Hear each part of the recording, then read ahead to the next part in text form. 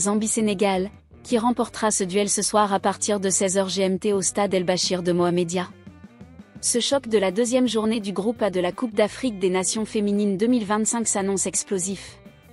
Les Lionnes de la Teranga, galvanisées par une victoire par 4-0 contre la RDC, affrontent des Copper Queens revanchardes après un nul à 2 buts partout face au Maroc.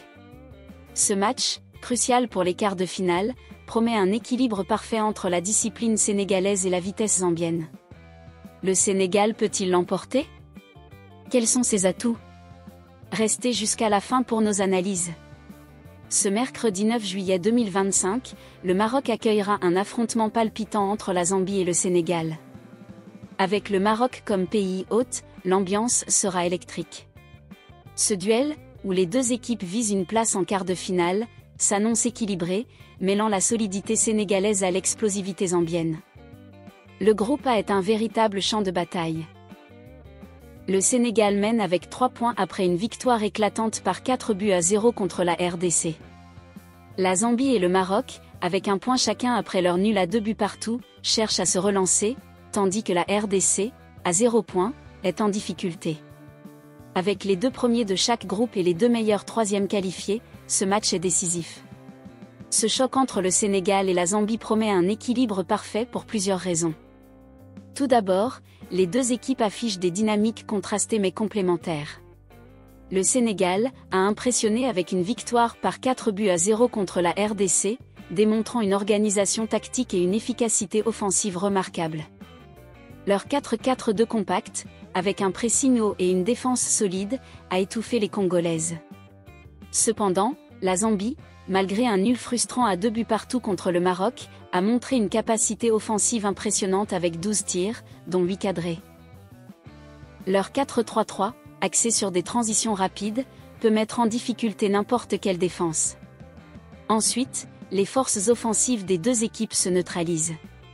Côté sénégalais, Korka Fall, capitaine expérimenté évoluant en Europe, est un atout majeur.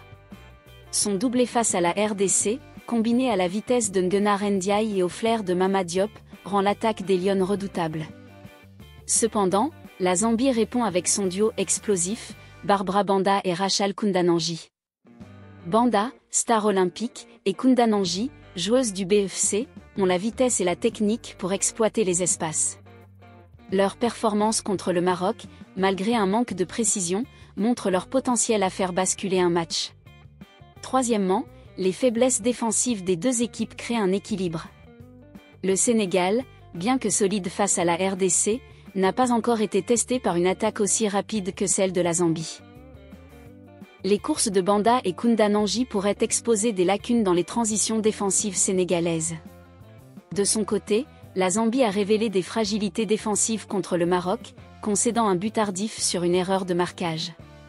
Le Sénégal, avec sa puissance sur coup de pied arrêté grâce à Fall et Mbayansou, pourrait en profiter. Cette parité entre forces offensives et vulnérabilité défensive promet un match disputé.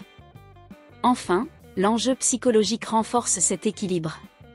Le Sénégal, boosté par sa victoire initiale, joue avec confiance mais pourrait être prudent face à une Zambie revancharde. Les Copper Queens, après leur nul contre le Maroc, savent qu'une victoire est cruciale pour rester dans la course. Restez jusqu'à la fin pour nos moments forts et un aperçu des prochains matchs de la Coupe d'Afrique des Nations féminines 2025.